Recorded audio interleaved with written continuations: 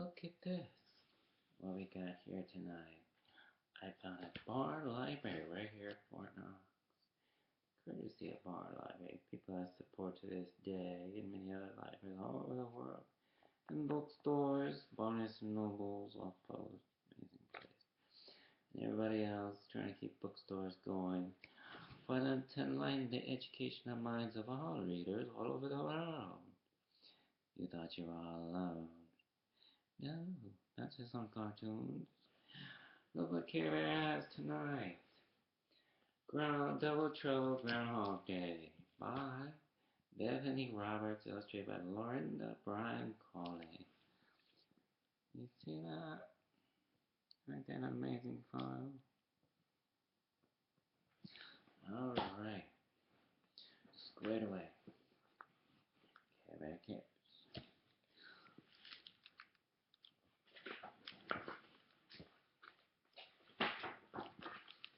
One fall evening on a weathered mountain, the groundhog family gathered in their burrow. They were enjoying one final filling feast before the long winter nap. As you can see them all eating at the table. Look at that.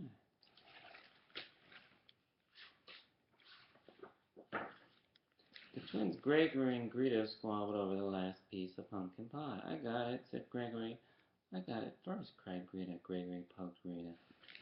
Greta bumped Gregory. Gregory tweaked Greta's tail. Greta pulled Gregory's ear. Twins said, Dad growled, Egg shaking his head. Double trouble. The grounding groundhog with his mom. Late breaking news, Grampy Groundhog stood up and clinked his glass. There's a change in the wind, he announced. As you know, every year on the second day of February, I pop out of the ground. If I see my shadow, there will be 6 more weeks of winter. If I don't see my shadow, we'll spring into spring. Gregory stopped poking Greta to listen. Greta stopped bumping Gregory to listen. But I am getting old, a bit under the weather, said Grampy, so I'm turning our family forecasting job over to one of you young'uns. See Grandpa with the young'uns? Look at that.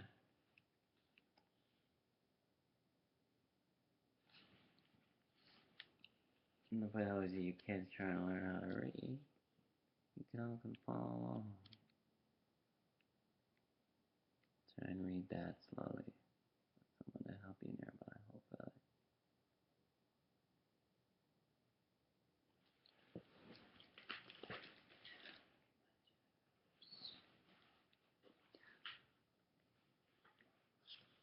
Carrying on. The twins jumped up and down. I'll do it, cried Gregory. No, I want to do it, cried Greta. Me, said Gregory. Me, cried Greta. We'll draw straws, said Granny Ground. The one with the longest straw gets the job. Gregory pushed his glass back on his nose. I'll be in all the newspapers, he said.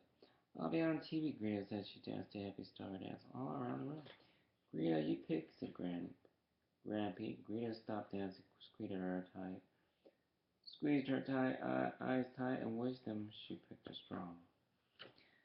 I get the job, crowed Greta. I'll be famous. He looked at himself in the mirror. Gregory the Great. Gregory the Gross, said Greta. Poor loser, said Gregory. See, Gregory being teased.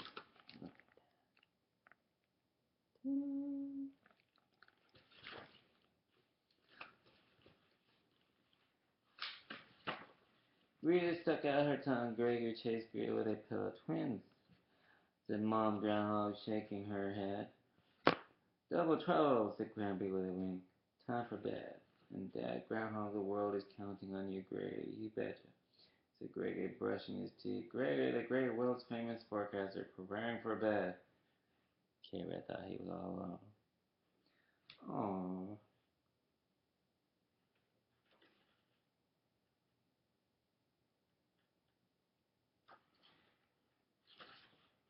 Time for bed, said Dad Groundhog. The world is counting on you, Gregory. You betcha, said Gregory, brushing his teeth. Gregory, the great world-famous forecaster, preparing for bed.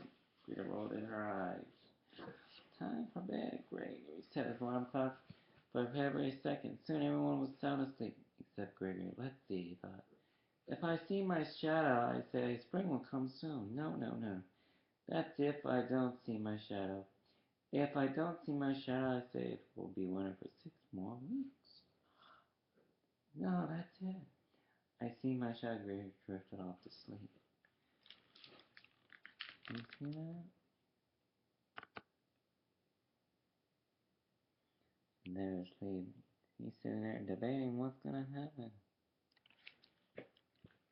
What do you think, kids? 6 more weeks of winter or not?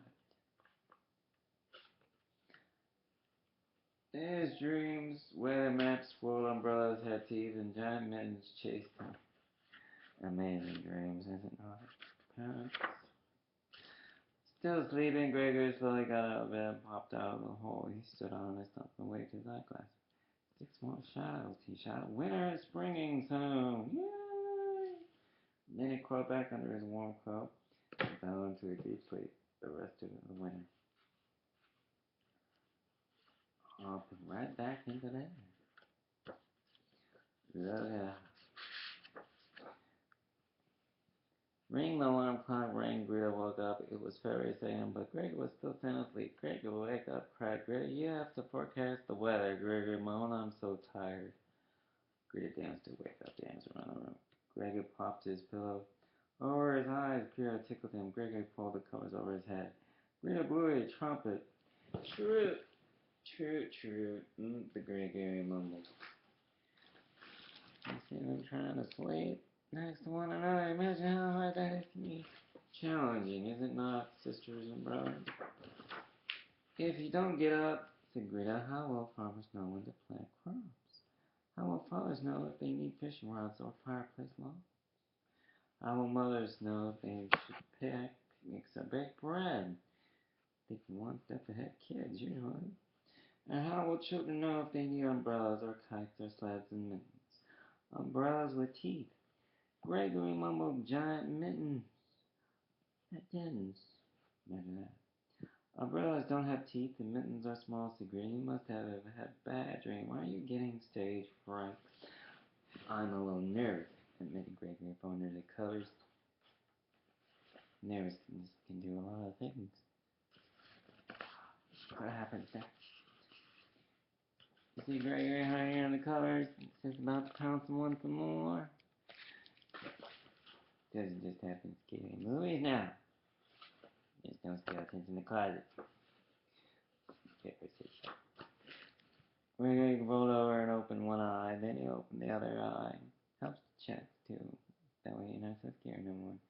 Everything was blurry. Where are all my glasses? Where are my glasses? Yeah, where did he put them? Asked Greta. I don't know. All I can remember is something about shadows, said Gregory. You see that? They looked under the quilt. They looked inside the dresser. They looked in the slippers. They looked everywhere, but Gregory's glasses could not be found. Ta-da! It's just worse, moaned Gregory. How can I see my shadow if I can't see my own paw in front of my face? I'll help you, said Greta. Hurry, the world is waiting. Greta grabbed Gregory together. They scrambled out of the hole. Lights flashed, candles whirred, reporters scribbled, am I seeing double? Asked Mayor Marva Moose. Hey, there are 2 groundhogs, cried the TV crew. So what's your prediction? Asked a reporter, Jack Rick. Tell us, shouted the crowd. Look at that. You see that?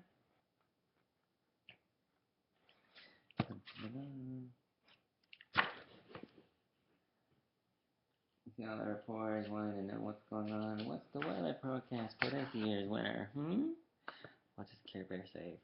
I'm sure all you farmers are listening for the summer's prediction. What the stock market shall ever do? I think the Russell Index might have a hard on that one. That's the underdog right there. When y'all look at that Times or local newspaper, the Russell Index, remember that one, okay? Pink Seabiscuit, Russell Index, okay? Square away. The movie, there you go. Underdogs. If all else fails, what do most people in the stock market Participate in bubble gum. There you go. A few points. Carrying on with this story. Groundhog cried a TV crew. So what's your prediction? Said reporter. Jack Rabbit tells shout of the crowd. There is no shadow, Greta whispered. Gregory's ear. Gregory's knees shook. He took a deep breath. There is no shadow, he squeaked. Spring will come soon, added Greta. Spring, hurry, shouted the reporter. Spring, hurry, shouted the crowd. And here are your glasses right on the stump. You must have been sleepwalking, said Greta.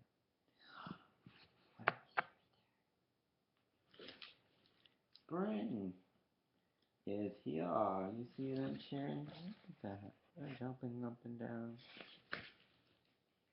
What comes after spring?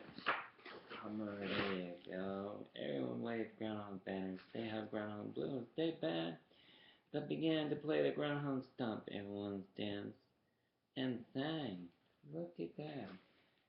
Spring is here. Might as well have a parade. Ta-da. God bless all these characters. Later that day, the twins went to the newsstand. The Groundhog Gazette headlines read, "No trouble." And that's so. But I have to been in trouble without your help, said Greg. We make a great team. You betcha, said Greg. Hugging him. Gregor waved the newspaper. I'll show this to Grampy. He said, no, I will, said Greta. Greta tweaked Gregory's tail. Gregory pulled Greta's ear. Greta chased Gregory down the hill and around a bush and into the barn. Look at this.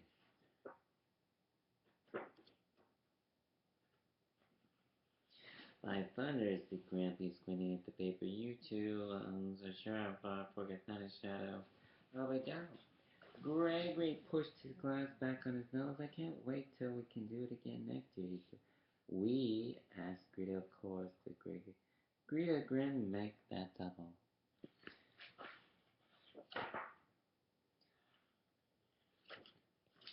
The end. You see that? Grandpa telling a story. Spend time with your grandparents, kids. Because one day, just like the Lion King movie, you wish you did it. Wish you did more. For more information, check out Bottom Line, where I go and get books. Not just this nice couple right here with the little girl. God bless them. They stop in once in a while. You see them? Squared away. Why else would I held on to this all this time? See that? They're squared.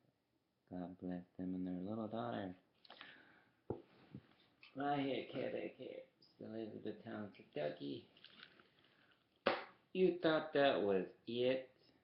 Time to go to bed, right? Payback's heck for parents these days. Is this when they send you to bed in the middle of Star Wars?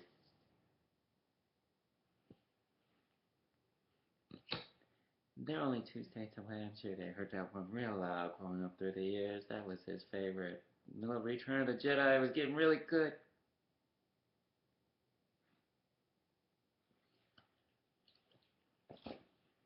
I'm 10. Why do you think I would say to leave?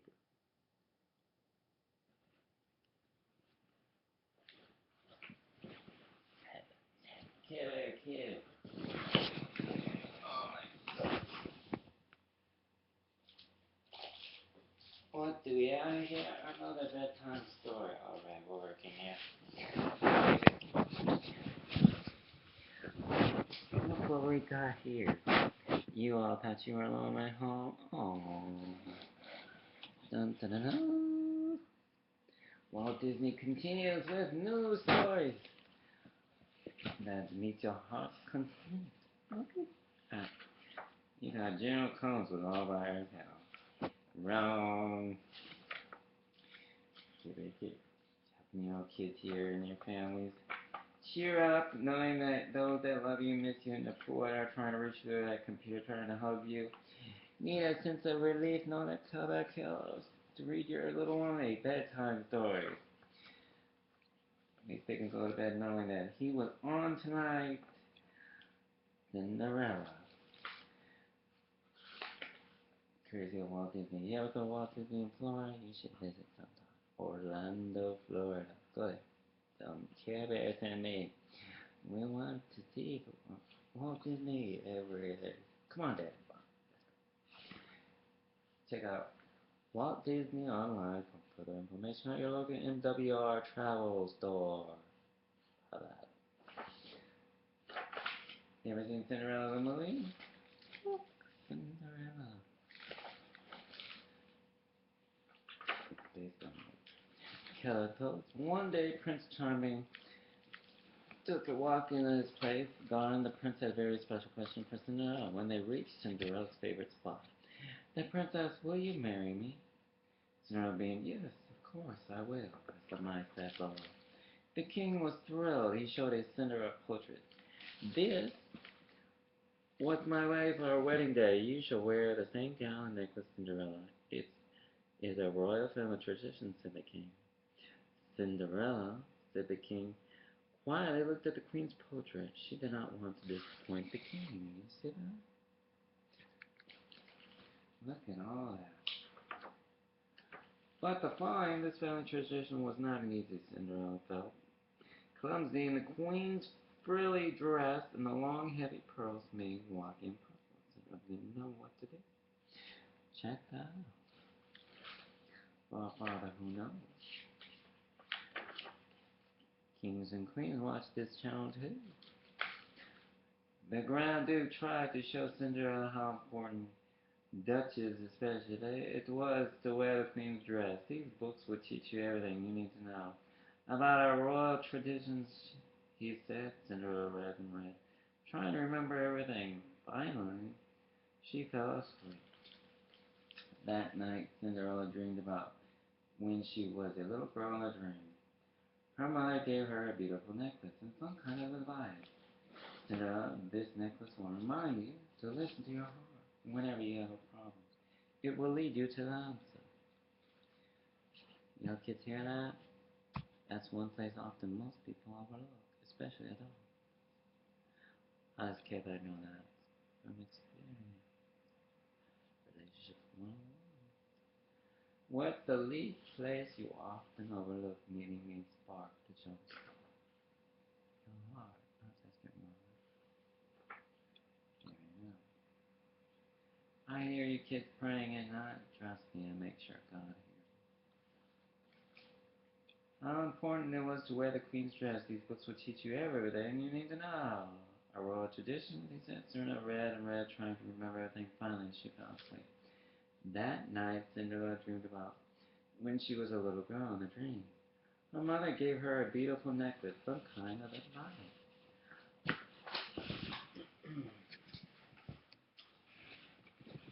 It will lead you to the answer. Did you see that?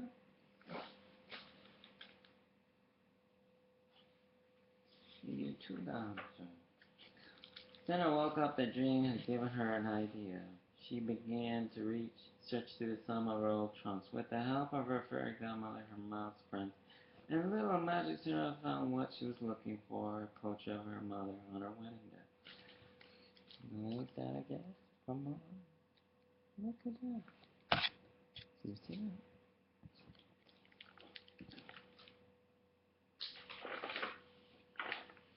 Cinderella showed the portrait to the royal dressmaker. Would it be possible for you to make a gown like this? The dressmaker bowed his head.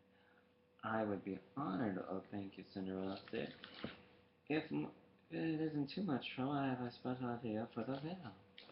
You see that? Next, Cinderella visited the royal jeweler. She showed him the queen's necklace and the necklace from her mother. Do you think you can combine two necklaces into one? For you, I shall create the finest necklace of the kingdom of the jewelers.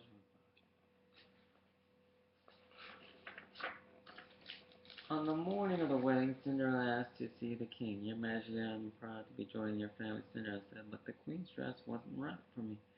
She pointed to her new dress. This is a copy of my mother's wedding gown. It honors my family's tradition and with my necklace and veil. Also honor yours. You see her? Cinderella in her wedding dress. And then there.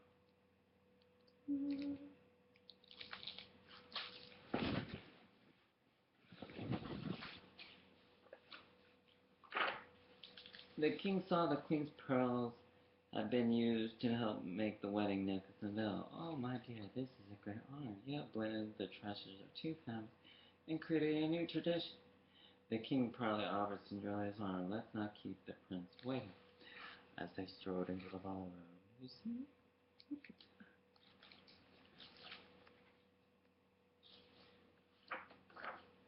the king led Cinderella down the aisle. The guests were delighted. Everyone agreed that they had never seen the prince so happy.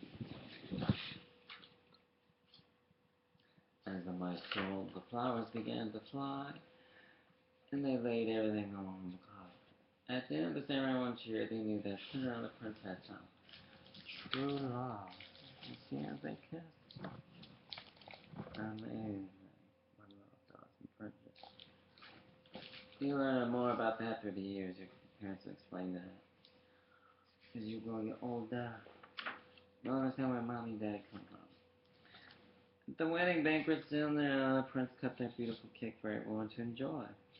When it was time to go home, the guests lined up to thank the new couple for inviting them to such a wonderful celebration. And so by the following tradition, her heart Cinderella had the wedding of her dreams. You see, it goes to show dreams do come true, kids, if you believe in them. Never lose faith with your dreams. With hope, love, faith, courage. You gotta have courage, not just seeing movies like Wizard of Oz. The end. Well, after courtesy of Walt Disney Studios, illustrated by the most caring people on earth. You can pick up a copy at your local bookstore, library, or Barnes and Nobles for your parents. By the way, you kids thought you had all the fun. Aww, you teenagers thought you were all alone. What that look like to you? Dun, dun, dun, dun.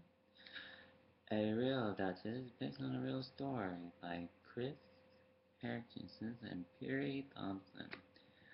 You thought Queen Diane was by herself. William and Harry watched this channel. Let's mention Kate and little George, God bless them. They're not just seen on Good Morning America. I do get around. You British friends can't have all the fun. Look at what we got here. Interesting, is it not? Those are her two girls. See that? Oh, they love her like crazy. She should come by once in a while. Drop in. Why should James Bond have all the fun? I'm sure Prince Andrew would agree. God bless him and everybody else that made James Bond possible throughout the years. Have a collection like that.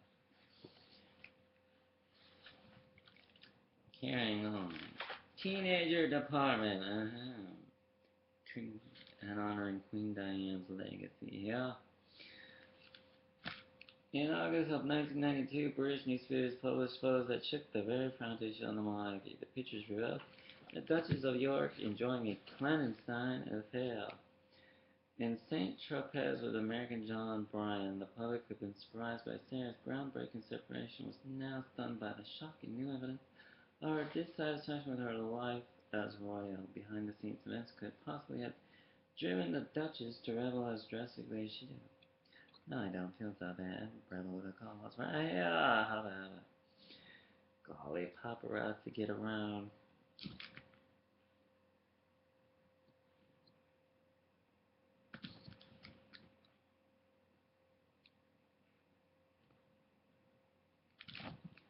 Baby shades. Anybody else? Well, that's what Care Bear wear shades half the time because the reflection just hits right back into your lens. He just loves that camera. Golly, you learn a few pointers here.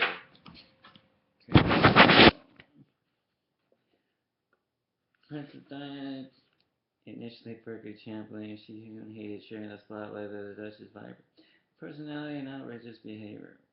Diana regretted involving herself in some of the most ghastly exploits, particularly as her own marriage took a turn for the worse.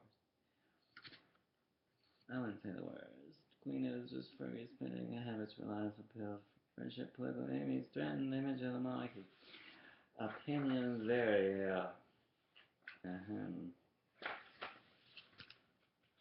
People are so quick to judge something they don't understand.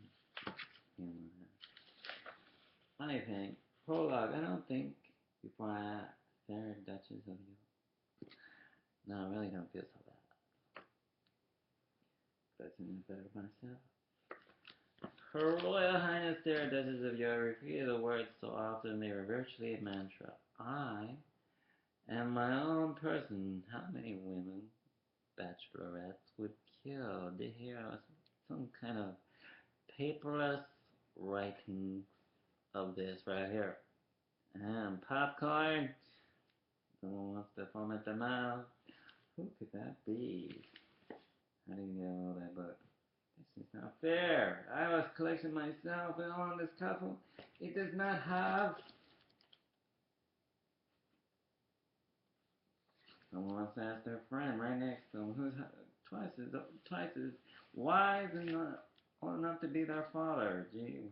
No, maybe if you got off your hind part and went to the nearest bookstore, you would find a copy.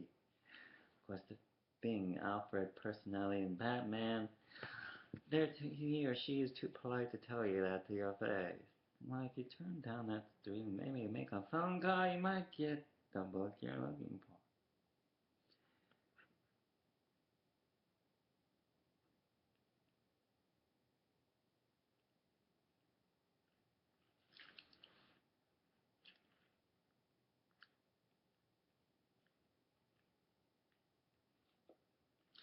I didn't even know that.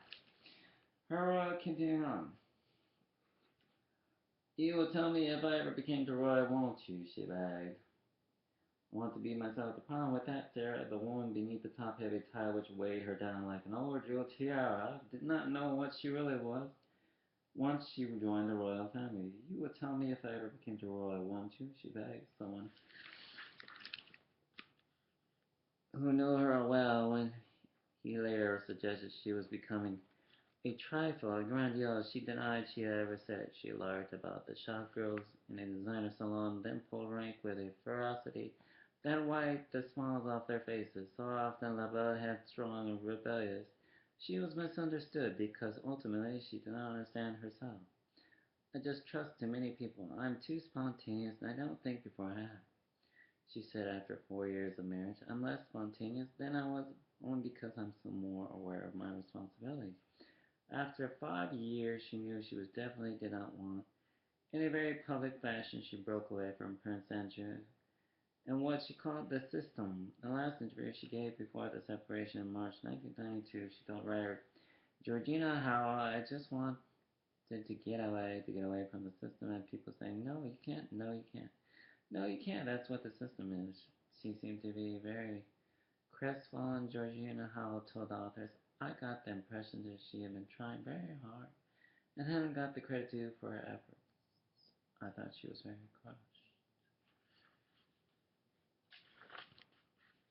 At first scrutiny, Sarah Ferguson had seemed the perfect candidate to give Prince Andrew a thoroughly merited King of Importance after his year of philandering. She was an equal in so many ways and demonstrated his better in others. Even the natural advantage Andrew enjoyed a part of his birthright was not insurmountable. Sarah was elevated to her Royal Highness the moment at the Archbishop of Canterbury pronounced the couple, man and his wife in Westminster and Abbey on 23rd July 1986, in terms of royal precedence, she outranked Anne, the Prince Royal, and the Princess Margaret, and stood forth only to the Queen's mother.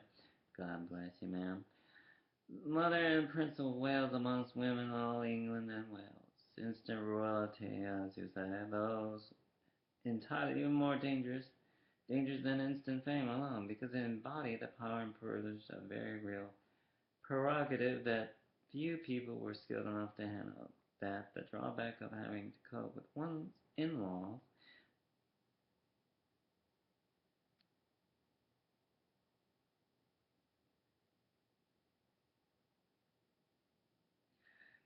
which the staircase meant having the queen's mother and queen's husband, queen's sister.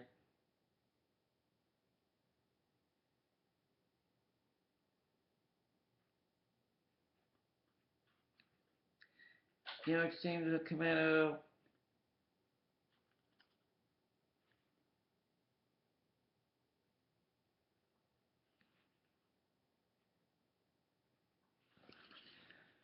New York seems to command they have made war each other joyous celebrators of this historious union had mistakenly decided, knowing the physical magnetism which had drawn them together.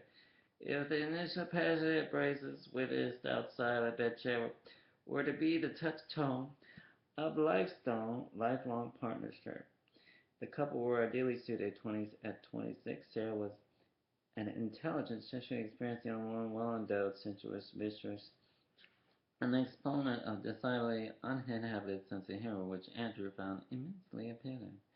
Risk, some said filthy, said others, her blue-gray eyes, however, gave a softer, more vulnerable quality, the promise of excitement that shone through. Or her golden red, some called it Abrams and other Titans that pressed at Drew gallantly, knowing she hated to be called a redhead.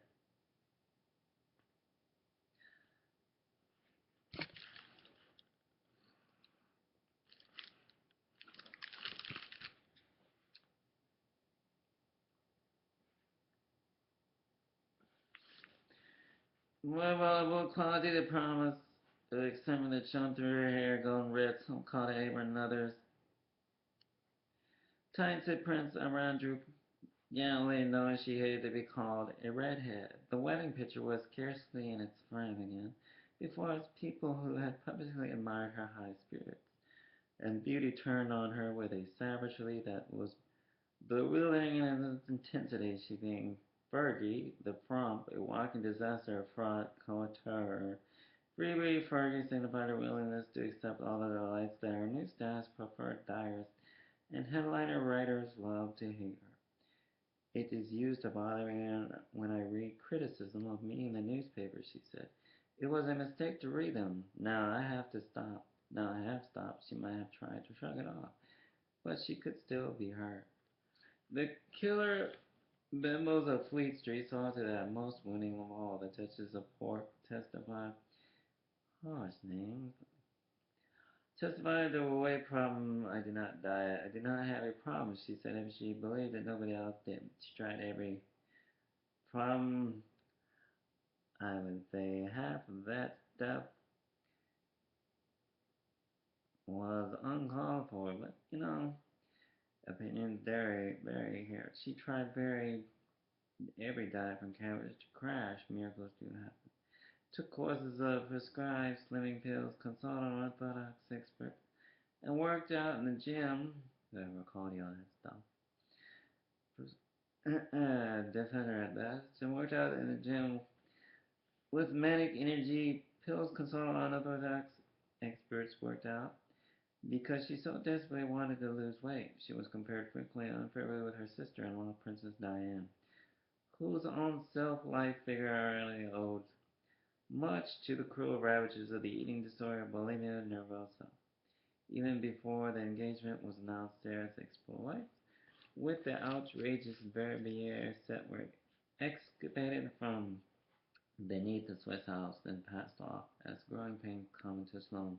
Ranger sisterhood, which she was a dedicated convert, one virginal royal bride was enough in the equal 80s. Andrew, 4 months younger than his partner, was the family pinup. It's Robert Redford in the words, God bless him, another favorite author of mine, words of Prince Charles. The Queen's favorite amongst her children, he was a war hero whose combat experiences in the South Atlantic campaign matured him in the ways that set him apart from Charles and Prince Edward. Charles was more of a ceremonial warrior, and Edward had wisely sidestepped a career in Royal Marines. In a pharaoh of the theater, they are all royals by birth, through, and Sarah was not, like others, for she had found it incomprehensible that they were incapable of relating to ordinary people. Her Liberian sun sign guaranteed that in a company at least she would be an exciting communicator who could act as stimulating for to Andrew's shrewder Aquarian nature. The couple had fallen deeply and dangerously in love with each other after Princess Diana had rekindled their childhood acquaintanceship by pushing them together during an Ascot week in June 1985. Maybe it would work, just maybe. The skeptics developed their doubts and the consequences to the popular notion that Sarah might well ruffle some of the stuffier shirts in the palace. Perhaps she would survive with her predecessors, Anthony Armstrong Jones, Mark Phillips, and secretly felt she tried. She really did ultimately through she was defeated. The wishful think that the president preceded her entry, thinking that preceded her entry into the royal family had failed to appreciate the full power of Machiavellian intrigue which had resided within the Queen's Secretariat and Her Majesty's courtiers' Buckingham Palace. Monarchy survival still depended largely on its mystique and distance from the masses. Its mystery in it is its life, declared Walter Bagehot, the Victorian constitutionalist. We must not let daylight upon magic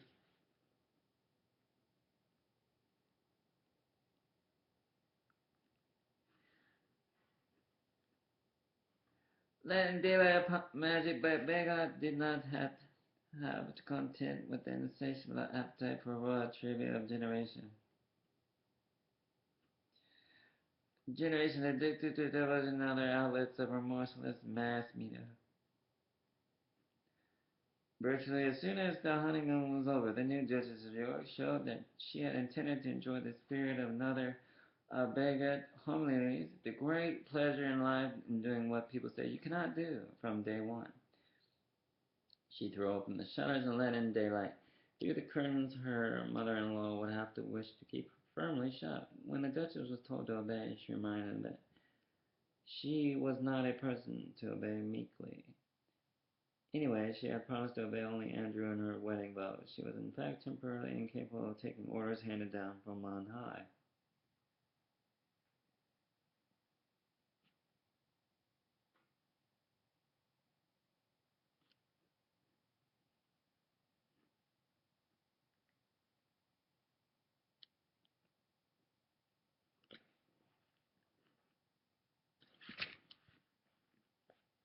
Which is why I went armies.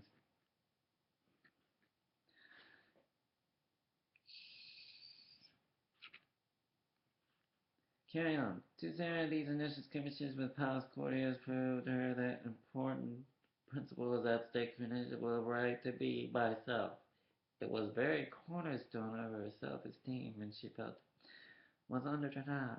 When the time came to explain some of her behavior, she would chose the unlikely venue of a drug rehabilitation center where she told a small group of recovering addicts the past and the press want me to conform to an image, but I won't. The superficial causes of what went wrong with her marriage were easy enough to list. Andrew's frequent prolonged absence in the Royal Navy, Sarah's dedication to having a fun time would sometimes overstep the boundaries of good taste, that pressure of motherhood. To her daughters, Beatrice and Eugene, above all extraordinary, Princess with Steve White, the Texas alum, and his American jet set buddy, John Bryan. It was her holiday on the French Riviera, with Bryan publication and intimate photographs of Sarah and her self-styled financial advertiser kissing besides a swimming pool that proved the marriage was dead. If not yet officially buried, her membership of the Red Club was instantly withdrawn. She packed her bags and fled the Balmoral, the Queen's Scottish home, after the pictures were shown around the world. The internal forces at work, however, were far more potent, partially because they were buried deep inside Sarah's psyche and tended to slip out unexpectedly. She had taken the symptoms of this inner conflict to a succession of faith healers, therapists, homeopaths, clairvoyants, and astrologers. None could restore her to normality. None could save her marriage. She portrayed the image, God bless her, of a kind of an iceberg of emotion where little is revealed and a lot concealed, said Georgina Howe. Marriage was tortured for her Because she lacked confidence, and no matter how well things might have seemed to be going, she felt threatened and anxious. She was incapable of being a slave to another person or to assist. Buckingham Palace pressed all her buttons and she rapped. She was an expensive woman, but an inflated sense of her own identity did not allow her to hold anything back. She tended to become overexcited. And if the going became too rough, she took the easy way out.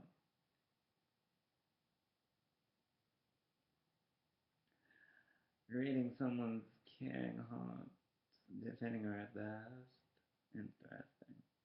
She tended to become overexcited, and if the going becomes a rush, she took the easy way out. That's what a real friend would do.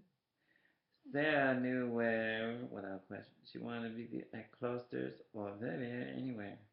In fact, in the Swiss Alps, for more to go to the mountains in the way I need to be grounded. She said they talk to me, and they are secure, and I love them.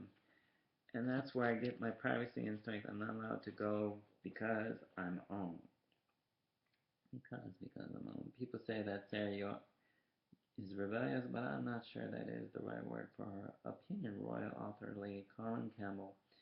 She just won't take too much nonsense. Strong-willed, yes, but in a funny sort of way, less strong than Princess Diana. Their strengths are different. Sarah's a glorious orchid in the forest, and Diana's a daisy in the field.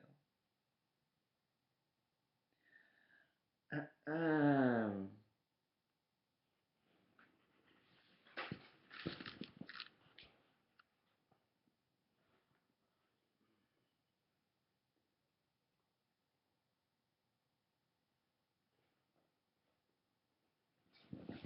or was that? Yeah, back to it.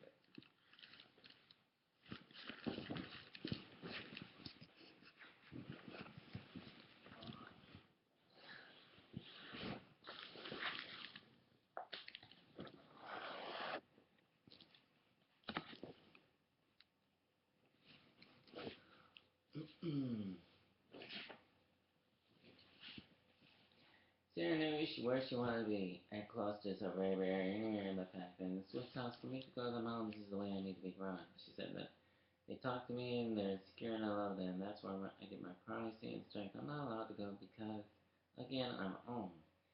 People say that Sarah York is rebellious, but I'm not sure that's the right word for her opinion. Royal author Lady Colin Campbell, she would just won't take too much nonsense. Strong-willed, yes, but in a funny sort of way along.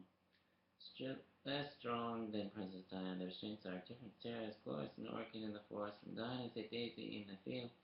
Sarah is very positive, but she won't only put up with so much, then she cuts and runs and Diana. Runs. Diana will put up with an awful lot to go what she wants and keep it. The difference is that Sarah will not sacrifice herself for anything, even to remain a member of the royal family. This is not about being rebellious. She just won't allow herself to be crushed, corroded, or changed into someone she is not. In that sense, she is fighting for her soul. A few weeks sounds familiar. Like me. A few weeks before the U.S. split up, the Queen said in a television program growing up with that. To mark the 40th anniversary of our excision, I think the next generation are going to have a very difficult time. She was speaking to the former President of the United States, Ronald Reagan, and his wife Nancy during reception on the board of Royal Britannia in Miami, Florida. As the year drew close, Her Majesty's word might have provoked an acute sense of déjà vu amongst the closest to her members of the next generation. In her own family, and already more than very difficult time, they were living proof that the firmness the Windsors like to call themselves had failed absently to uphold many of the basic conventions of British family life. Before the year was half over, Prince Anne's marriage to Mark Phillips had ended in divorce. The Duke and Duchess had announced their legal separation, and the Prince and Princess of Wales had discussed divorce to end their loveless marriage only weeks later. Continuing on.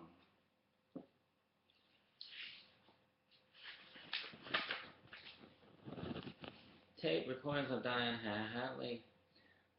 highly personal telephone conversation with her long-term close friends, James Gilby, further revealed the split between her and Prince Charles, the monarch which Britain's first time represented, God bless y'all, represented to which Her Majesty had recently rededicated her life, was facing its gravest crisis.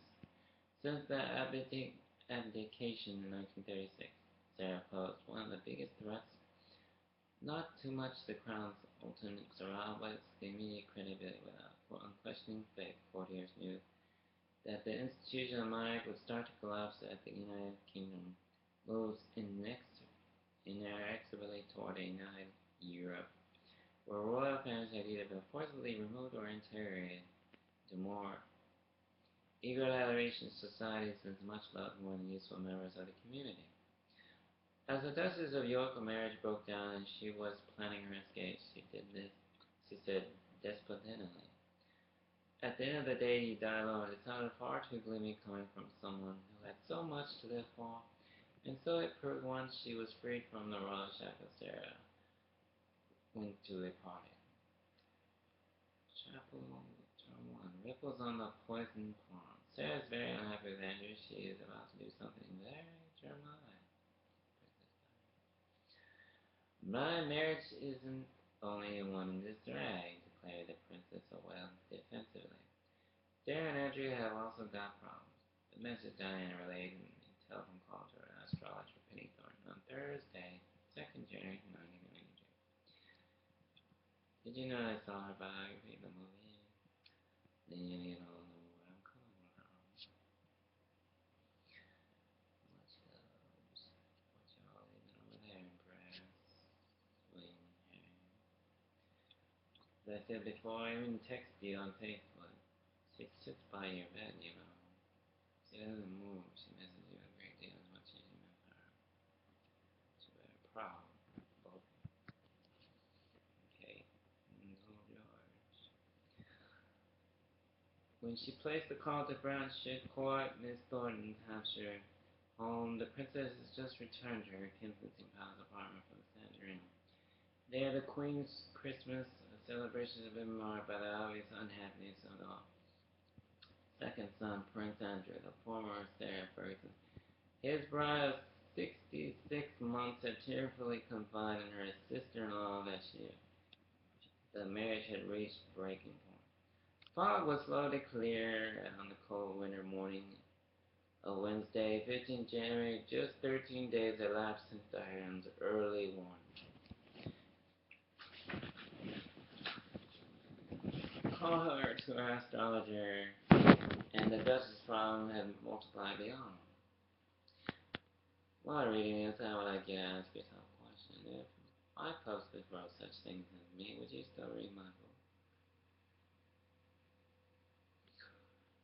Honestly, for someone who believes in everybody and cares for the whole world, he's not one to yield when he has something he believes in wholeheartedly. As nightly as that is.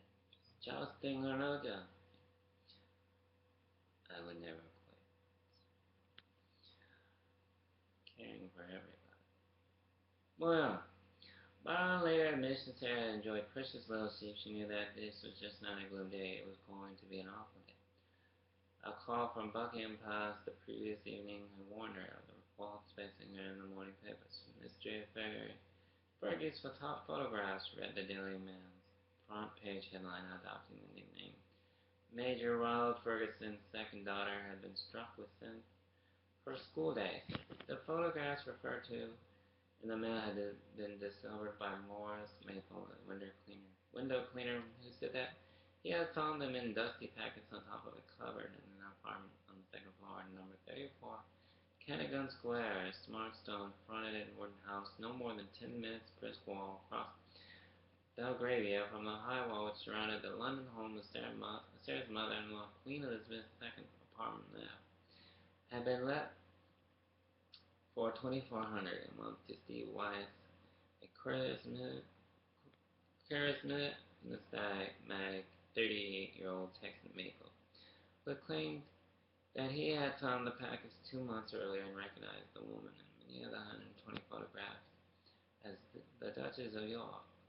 That long red hair and laughing smile, unmistakable, he had said, but the window cleaner did not recognize her companion. In many of the snaps he had never heard of Wyatt, or his mother. Of his mother, the Houston socialite when Wyatt was Steve Stefan, the immensely wealthy oil and natural gas magnate, Oscar Wyatt Jr. April later handed the photographs to police officers attached to Scotland Yard's Royal Protection Branch. I really realized I had a huge responsibility to ensure these packets remained in safe hands. Said the cleaner. I felt I could just walk into a police station and say, take these pictures of the Duchess of York on holiday. I simply did not know what to do. I thought of dumping them in the dustbin, but I realized that it would be irresponsible. What if someone else discovered them in the wrong hands? They might even be used for blackmail. Another less sculptress might indeed have considered the photographs of blackmail material. One, Wyatt's hand rested affectionately on Sarah's shoulder, and her right arm was round his back, looking as if she did not have a care in the world. Sarah was photographed wearing a white sweatshirt and blue shorts with white polka dots, looking like a man who was in no way displeased with himself. White was a cloud in red sweatshirt and shorts. Other photographs show the Duchess lunching with others by the poolside, pushed a wheelbarrow containing several children, and at the candlelight dinner wearing a raised mask depicting a big green toad. Many of the pictures had been during a holiday to the Duchess's bed at La Gazelle d'Or, a five-star hotel in Morocco's desert heartland, with Princess Beatrice White and his actress friend Priscilla Phillips. It was one of the White clutching Beatrice, which friends said intends the child's father, Prince Andrew, Duke of York. The first reporter to gain access to the apartment after the discovery was John Jones, a hard-driving Australian with an experienced eye for detail. It was very discreet, very secure, flat up to the flight door. Cushiony, red carpet, stairs at the back of the building. He said you entered through a door complete with no mortise locks and a loophole inside. There was a total silence, no noise penetrated through the drapes. It was so quiet you could have let off an atom bomb in there without anyone asking any questions. Wyatt's drawing room was rickety but not ostentatiously furnished. Some Victorian antique furniture to two ultra-comfortable sofas, a neo-antique bookcase, sketches of old buildings on the walls, and a dining room table to seat six. It was just short of cozy, not a place you would associate with righteously. There were two bedrooms, the main one predominantly blue with a king-size bed. It was set in an alcove with bookcases each side and mobile TV set at the foot. The pictures of Sarah and Wyatt, however, were supposed to have been found in the second bedroom on top of a mahogany fitted bookcase, in which his bed folded the window stretched from floor to the top of a step ladder. The bookcase was an obvious hiding place, but it didn't make sense. There were each other places, living or main bedrooms, in which would have been better if Wyatt had hidden the pictures and moved out, leaving them behind. Surely, you realized they were missing in intervening months and tried to receive them. This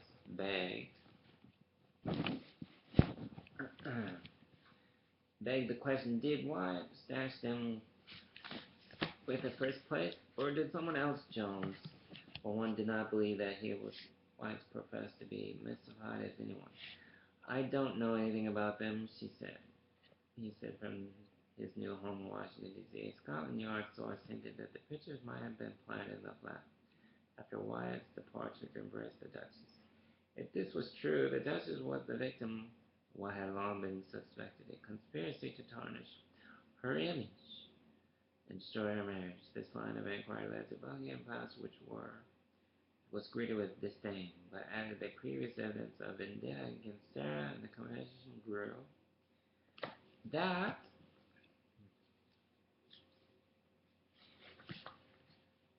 other forces were not discreetly connected with Her Majesty's Secretariat at law. There was dirty hands all over, said one Fawn intimidately avoided an earlier smear against Sarah's name. Someone was pouring poison into the pond. One of the culprits, codenamed Mr. G, had contacted the confidential desk of the two-day newspaper after the direct broke news of Sarah's Moroccan holiday and a later trip she made with Wyatt to Cap Ferrat on the Côte d'Azur. Mr. G could, he said, provide information about the couple's forthcoming movements. If the newspaper were preparing to meet James Dean, the reporter who spoke to Mr. Dean was surprised by the choice of venue. He wanted to meet me at 11 a.m. in the car park at Streatham Railway Station in South London.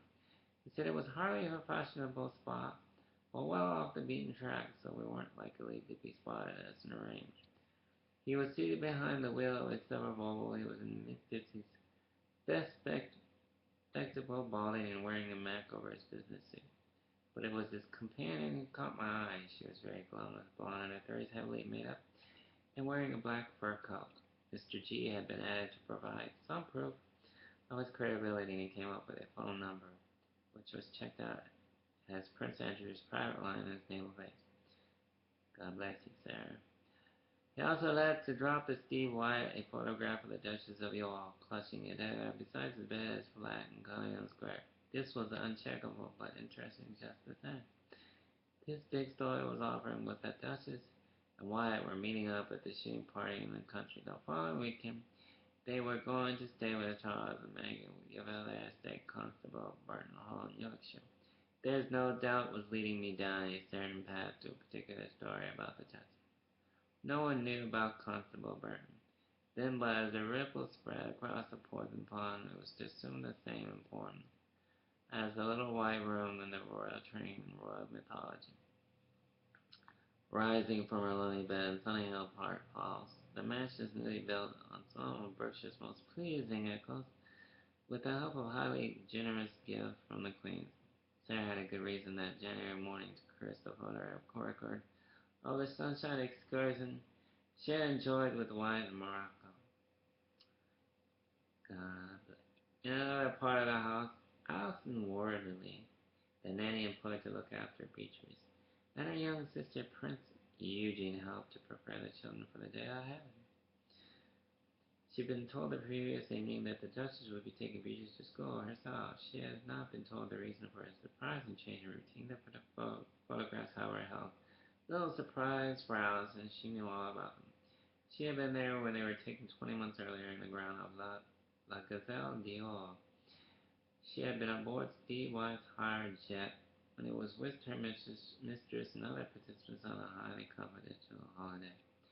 Sarah said a little as she took Beatrice by the hand and led the child to the waiting for Grenade, which had been brought round to the front of the house by her detective. One of the men, the 3-year-old, had become more accustomed to seeing than her own father, who was so often away on naval duty. Sarah slipped behind the wheel and drove the 4-mile journey to Upton House School, not far from the Castle. Waiting there was the reason Alison Worley had been relieved of her regular morning chore to press out and force at the school gates, as Sarah knew they were being demanded to know more about the photograph that was prepared. Was the question about whether it was true or whether Anthony Fung, who worked in the Belgrade Mansion block, was saying that she had paid 2 or 3 evening visits to 34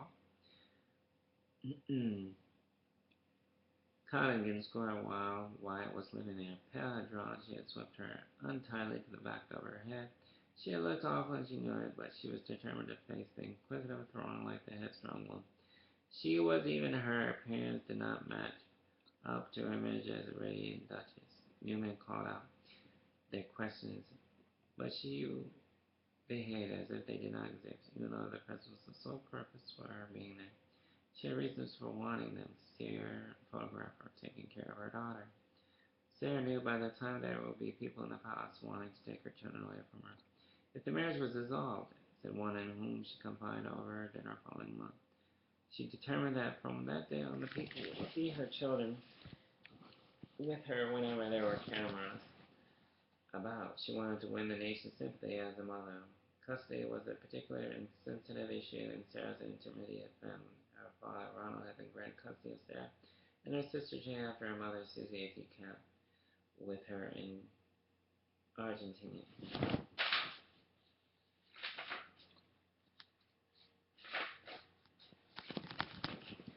Loyal Hector Barnes and Jess lost her children Seamus and Asha in the care of her husband Alex and met him in a very public divorce only a year before Sarah marched definitely into the school game. Features a peck on the cheek, half smile as another mother put a consoling hand on her arm, and just definitely marched out again. Then she went home to pack. The following day, Sarah went off to Florida, another of the out all expenses paid trips that earned her the label freebie for it. This was a time as the toast of Palm Beach Society at a fundraising pole match sponsored by Claudia the Jewelers. The Duchess was traveling in her capacity as patron of the Motor Neuron Diocese Association. One of her favorite charities joined the packed American Airlines 767 airline to Miami with her father, who was to play in the Sunday Marcher Detective John Askew and Private Secretary Jane Ambler. Father and daughter enjoyed their first class luxury surroundings. During the 9-hour flight, Sarah tucked into Cervega caviar and drank 4 glasses of Chalabas. The pair chatted happily, showing that she had not yet allowed the full gravity of the situation to flummox her. In his easygoing companion, repartee kept her amused. When she was Rogers, as a wife abandoned by her husband, she viewed it major Ferguson, who had been remarried another season after his divorce, held his daughter's hand and gave her a supporting kiss. One of the 30,000-year-old polo manager of the Royal County of Berkshire Polo Club was traveling to in capacity as a polo master guardian. God bless him. Accompanying him on Palm Beach would be Leslie Player, a 33-year-old divorcee, who captured his heart. He had been bombarding Miss Player with flowers and love notes, and leaving intimate messages on her answering machine. Even if she was aware of her heart's dalliance with Miss Blair, it was obvious to the extent of its foolishness as the plane touched down in Miami International Airport. She had trouble amongst her own to worry about. On a short hop from Miami to the airstrip of West Palm Beach, they lead residents of Palm Beach, her hostess. News film included her head, a secret catchy compromising photographs from televised reports of Rio seen soon after. Sarah swept up their pink and whites to go home on South Oceans Boulevard. Courtesy cut, she made a point of registering the forms that she was determined to enjoy. First day, come what may. The foremen were equally determined that she should. They showed her to a beachside guest villa connected to the main house by a 30-yard tunnel nearby. A magnificent marquee had been erected in the grounds floor. Ocean's cocktail, the most performers were laying on to introduce their guests to society on the Piano Beach. A-list evening Robert, formerly 66-year-old thrice married banker, was selected for his privilege because of his intense security maintained around his estate.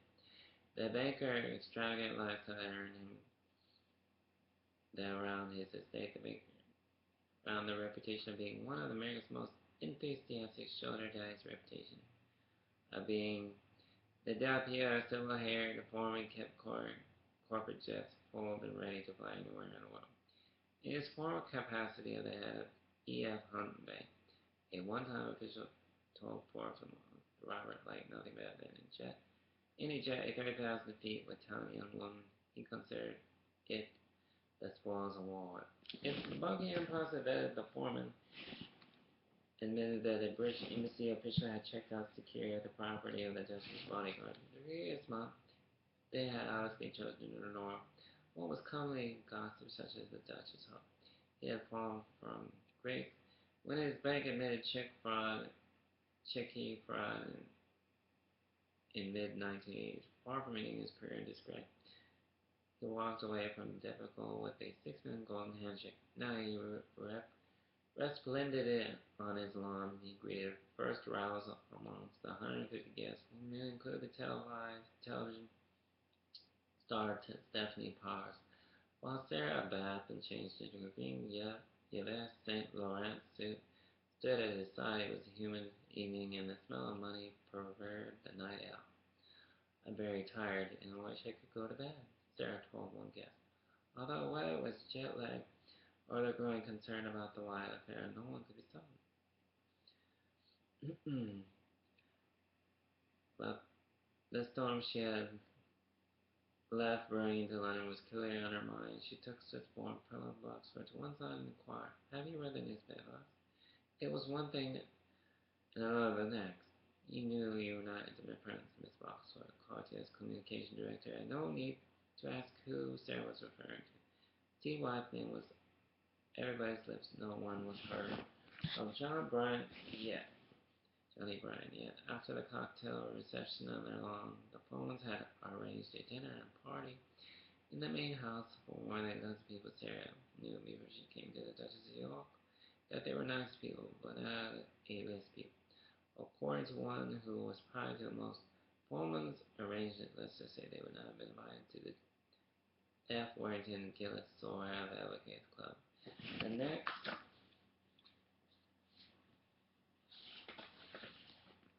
night.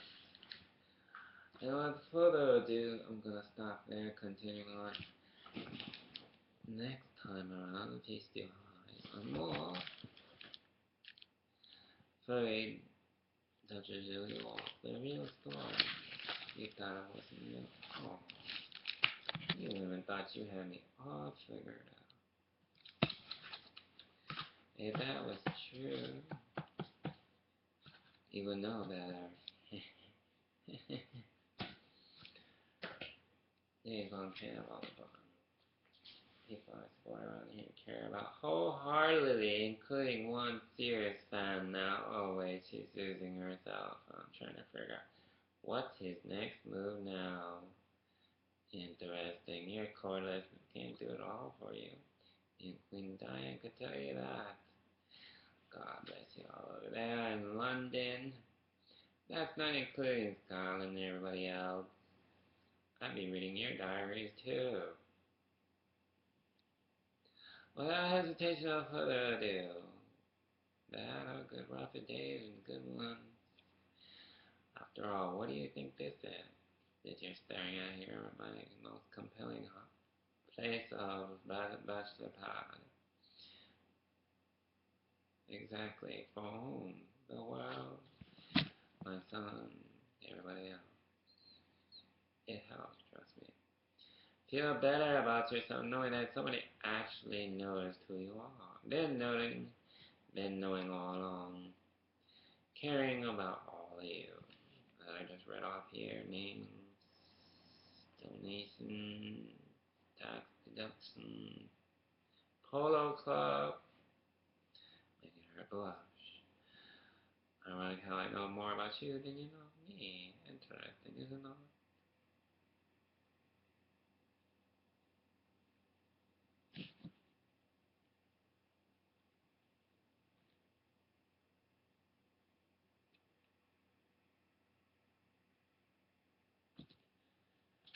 Much loves right here, home, Elizabethtown, Kentucky. Supporting Fort Knox and everybody else. God bless you all. Y'all stay warm, have a nice night. From my heart to you.